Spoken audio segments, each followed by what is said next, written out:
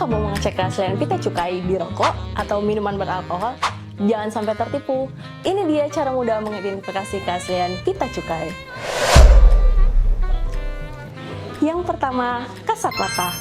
Pita cukai asli memiliki desain khusus, warna yang jelas, dan detail cetakan yang tidak mudah luntur.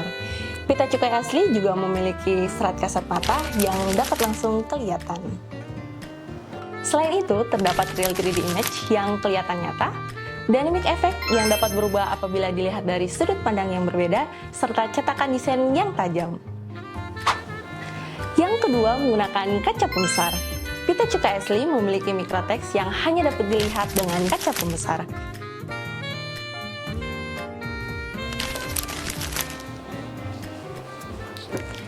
Yang ketiga, gunakan sinar UV.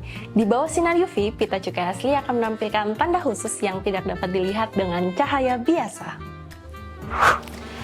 Pastikan pita cukai pada barang kena cukai kalian asli ya. Jika menemukan kecurigaan, jangan lupa laporkan pada kanal resmi kami. Jangan lupa klik tombol share di bawah ini